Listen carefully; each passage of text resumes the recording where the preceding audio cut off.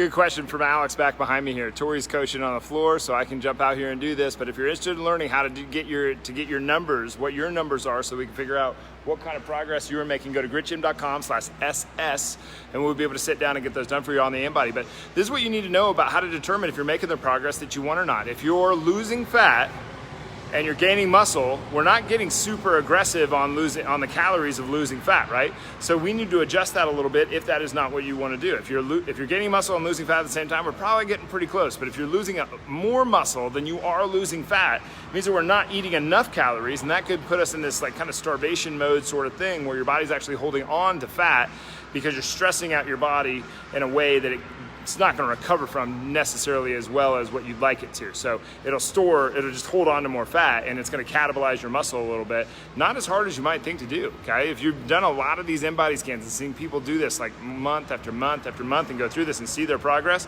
you'll start noticing what I'm talking about. And Alex asked me this question. She's like, what if my muscle mass is going down faster than my fat mass? Okay, well, that means that we've gotten way too aggressive on the number of calories that we're going into a deficit on, okay? You need to be in a caloric deficit if you're going to lose fat. That doesn't mean that you got to count every calorie that goes into your body. That would be just redundant and awful and just be annoying. You don't need to do that, okay? There are better ways to do this. Besides, it does matter how much activity you're doing. It matters how much the absorption is. It matters what you're eating. Okay, so calorie counting is just a silly way to go about this game. We need to think about what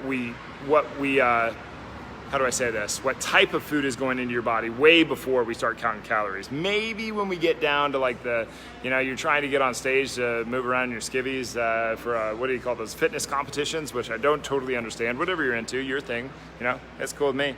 But we don't do a lot of that out here. But if you need to lose some fat, then you need to be measuring. You need to know where your numbers are. Okay? If you don't know where your numbers are, you're flying blind, and it'd be just really silly to do that. Okay? You could just be hammering and making no progress, all because you're trying to take in too little calories, or your muscle mass is going up and your fat mass is going up because you're taking in too many calories. Until we do some activity and get your food type worked on, then we have no idea how your body is going to do this thing. Okay, we need numbers, we need regular check-ins, we need to track stuff.